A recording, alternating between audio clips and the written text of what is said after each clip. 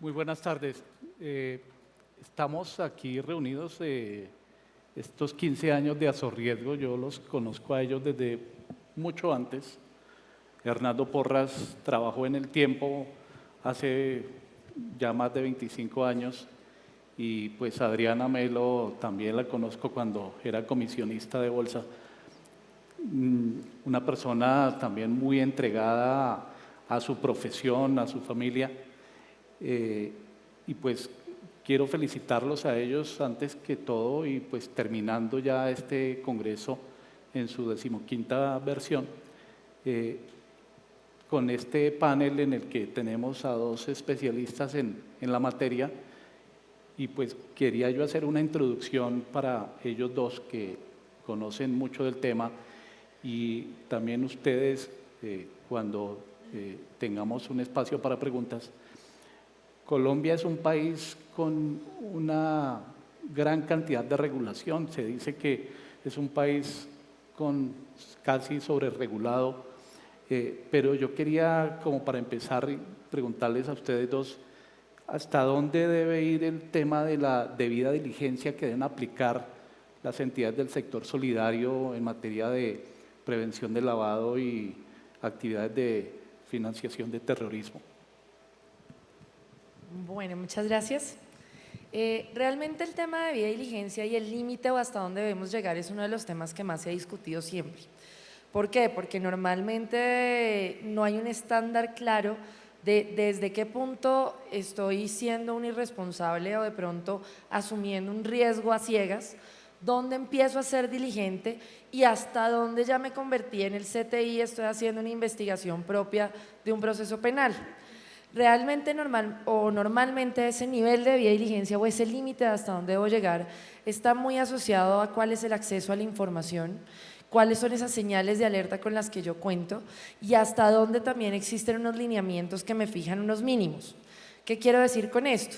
Por ejemplo, nosotros jamás podríamos decir no sabía que la persona era un PEP,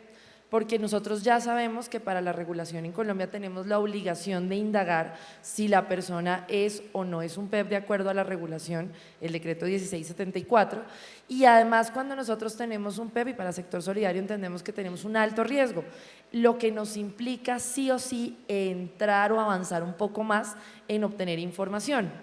Si nosotros además tenemos un anuncio o alguna alerta que nos da cuenta que esa persona está vinculada a algún proceso, el tema es hasta dónde puedo llegar. Vamos a encontrar una limitante en lo que es el acceso a la información en Colombia, donde voy a poder averiguar sobre ese proceso, pero hasta cierto punto, porque hay una reserva, porque hay una protección de datos, porque hay una cantidad de temas alrededor y ahí la debida diligencia se va a medir es hasta dónde puedo llegar yo. Normalmente la debida diligencia se asocia con el buen hombre de negocios, con el cuidado, con la toma de decisiones informada, que es tal vez lo más importante cuando hablamos de estos aspectos. Voy a contestarlo como oficial de cumplimiento de Data Crédito Experian, que es la organización a la cual estoy vinculado, y la debida diligencia en nuestra organización la tenemos embebida dentro de nuestro proceso de cumplimiento. Tenemos una primera línea de defensa donde están todas las unidades de negocio y desde la persona que compra, desde que la persona de recursos humanos hace una atracción de talento, de la persona comercial que va a vincular a un cliente, desde ese mismo momento se inicia un proceso de debida diligencia y como lo mencionaba Juanita, es la organización la que con su manual y sus procedimientos establece hasta dónde debe llegar. Importante, si de pronto nos ayudan con la gráfica en el fondo, Luz Andrea, la anterior panelista, nos hablaba sobre la racionalidad limitada. Entonces, cuando vemos en esa incertidumbre que puede generar una decisión cuando no se tiene la información completa, pues lógicamente que va a dar al traste con esa debida diligencia. Si por el contrario tengo unas muy buenas fuentes de información, recurro a unas muy buenas bases de datos y hago el proceso previo a contratar, previo a seleccionar, previo a firmar un contrato con un cliente, voy a obtener un mejor resultado y mis decisiones van a ser informadas y van a poder aportar valor, como de alguna forma Azorriesgo tiene en su eslogan, y es transformar ese riesgo en valor y poderle dar a nuestra organización herramientas para toma de decisiones. Las normas yo veo que están creadas, las autoridades veo que están conformadas, pero a veces siento también que de las entidades no hay la suficiente retroalimentación que pudiera estar fallando dentro de las entidades. Esa sería una interrogante. ¿Las entidades están contratando a las personas adecuadas para ejercer estas labores que tienen que informar ante las autoridades en la parte personal y profesional? Bueno, digamos que más que en las entidades, yo creo que el incumplimiento de la norma en general parte desde mucho más atrás. Es la ausencia de una política clara al momento de crear la norma.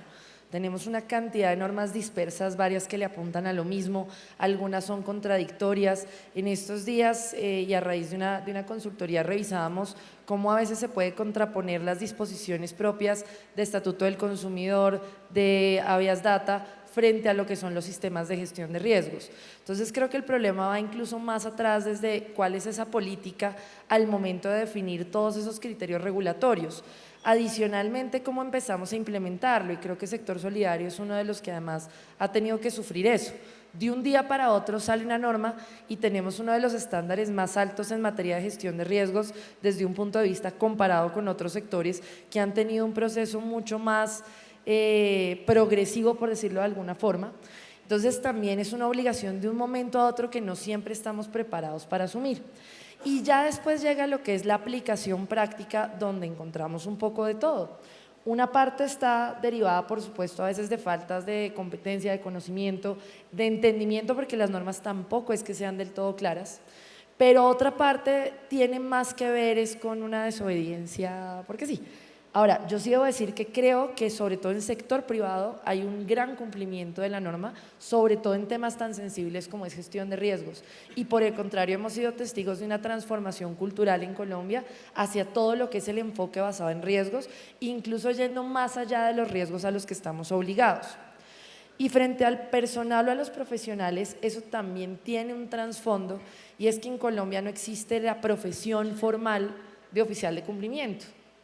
Entonces, realmente a todos nos ha ido a tocar aprendiendo de facto sobre gestión de riesgos y únicamente encontramos escenarios de formación no formal, como pueden ser diplomados, de pronto no, surgió una maestría, pero es la única, y casi que entre todos hemos tenido que a pulso formarnos profesionalmente en un tema tan delicado, en donde tenemos múltiples profesiones y que además se requieren múltiples profesiones. Porque yo, por ejemplo, soy abogada, entonces en mi caso tengo clarísimo los delitos, etcétera, pero ya cuando uno va a gestionar riesgos uno necesita conocimientos de administración, de ingeniería, de contabilidad, de sistemas. Entonces, realmente es un rol que requiere un perfil muy elevado y no tenemos herramientas para formarnos, y por el contrario es algo para que todos los que están acá se aplaudan ustedes mismos, porque precisamente somos referente a nivel internacional en materia de gestión de riesgos y nosotros nos hemos venido formando solos. Hay una recomendación o una buena práctica, Holman y Juanita, y es que las organizaciones deben aterrizar una matriz de cumplimiento legal. Mi recomendación es hacerlo partiendo de la ISO 31000 como columna vertebral, y que esa ISO 31000 me permita a mí hacer el mapeo de cuáles son las normas, cuáles son esas regulaciones, cuáles son esos documentos que yo como organización debo tener dentro de mi manual, dentro de mi proceso al interior de la organización, y de esa misma manera saber a qué tengo que responder, cómo responderlo y hacerlo transversal a la organización. en anteriores conferencias hablaban de la responsabilidad de la alta dirección y cómo tiene que hacerse permeable hasta la última persona que conforma la entidad o hace parte de la entidad. Coincido con Juanita en el sentido de que los oficiales de cumplimiento nos hacemos a pulso. Hay muchas certificaciones en el mercado, hay muchos diplomados en el mercado, pero lo más importante es conocer la organización, saber cómo son los procesos de la organización, poder hacer ese mapa de riesgo y transmitirle a la organización de la manera más directa posible a qué nos estamos exponiendo y sobre todo hacer tangible el riesgo para la organización. Conozco entidades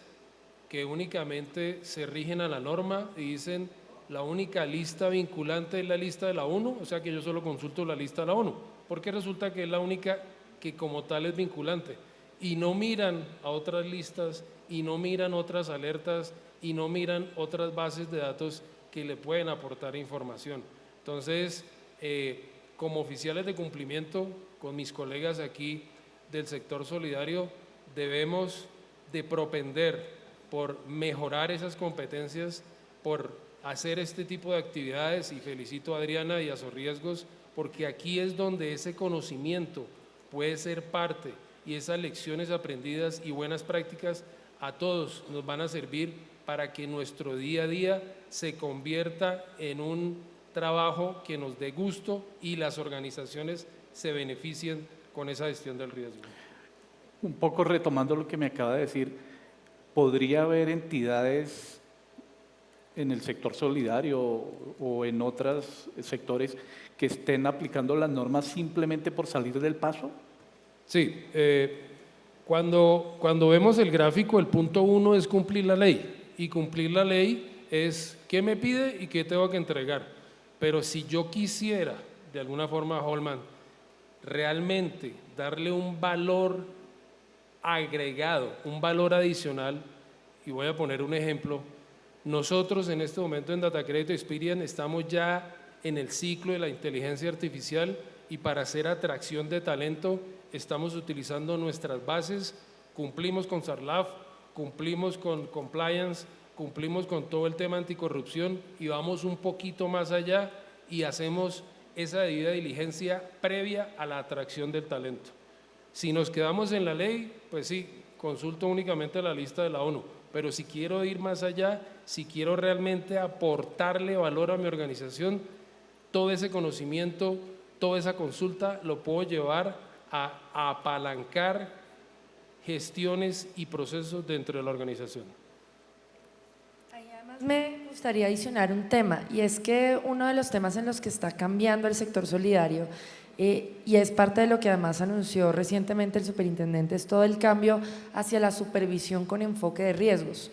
¿Por qué razón? Porque no es solamente el cumplir por cumplir, que eso es vital porque tenemos un esquema de autorregulación regulada donde tenemos unos mínimos que nos está fijando una norma, pero de ahí en adelante lo único que tenemos son oportunidades para precisamente generar herramientas mucho más eficientes y eficaces para la identificación, prevención, detección y control efectiva de los riesgos. Pero también porque en la práctica se suele dar mucho que hay SARLAF de papel, es como se denomina, donde yo lo que tengo es un documento que de forma o aparentemente cumple con todos los elementos que me exige a mí la regulación, pero que ya desde el punto de vista práctico y al momento de implementarlo es donde empezamos a encontrar todo un régimen de excepción o que realmente nuestros controles o procedimientos o no se aplican o no están siendo efectivos de cara a la necesidad o a la finalidad que yo estaba buscando. Bajo un esquema de supervisión con enfoque de riesgo, esto va a empezar a detectarse, porque ya no se trata de pasar y llénenme un checklist, tiene tal, tiene un código de conducta, su oficial de cumplimiento cumple, no, sino ya va a ser un tema de entrar a la práctica, bueno, ¿cómo se identificaron los riesgos? ¿Por qué sí responde a su realidad, a su empresa, a su mercado? ¿Sí se entiende por toda la organización la importancia del tema? ¿Se aplican los controles? Y eso va a hacer que esto tome cada vez una relevancia mayor. Retomo algo que acaba de decir Juanita para ponerlo en contexto. El enfoque basado en riesgo tiene que partir de algo que desafortunadamente tenemos en Colombia, y es que aquí te falsifican una cédula, te falsifican una cámara de comercio, te falsifican un RUC, te falsifican cualquier documento. Entonces, esa asimetría de la información ya se convierte en un riesgo. Y si yo, dentro de mi proceso, solamente voy a pedir una cédula y voy a pedir una fotocopia de la Cámara de Comercio o voy a pedir una fotocopia del RUC, ya de entrada, esa asimetría me está afectando a mí como oficial de cumplimiento y a la organización. Entonces, debo entender que este contexto globalizado me obliga a consultar listas de riesgo, a consultar otras fuentes y de esa manera cumplir realmente con el espíritu de un enfoque basado en riesgo, y es mitigar el riesgo que tengo de esas falsificaciones e ir con temas de valor agregado a mi gestión dentro de los procesos. Y entonces, ¿cuáles son esas mejores prácticas que, según Germán y Juanita, deberían poner en práctica o reforzar, si ya las tienen, las entidades del sector solidario para prevenir todos estos temas de lavado y financiación de terrorismo?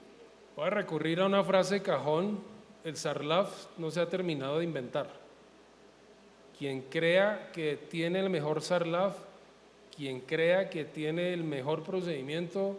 se lo digo, todavía no estamos ni al 50 ni al 60, porque hay muchas cosas que desafortunadamente en esta globalización desviada en la cual vivimos nos estamos enfrentando al día a día. Como buena práctica, tener el mayor acceso a bases de consulta certificadas y de alguna forma bases de consulta que nos entreguen la evidencia sobre la consulta realizada. Segundo, hacer debida diligencia en lo posible en línea, en lo posible en tiempo real, que cuando usted se esté sentando con la persona y le pida los nombres y le pida la cédula y usted le diga cuál es su dirección, usted en su pantalla está viendo la dirección que le están reportando a ustedes las bases de datos y se da cuenta si la persona le está mintiendo o no le está mintiendo, y de alguna manera usted podría hacer una diligencia previa o una debida diligencia posterior dependiendo de la información.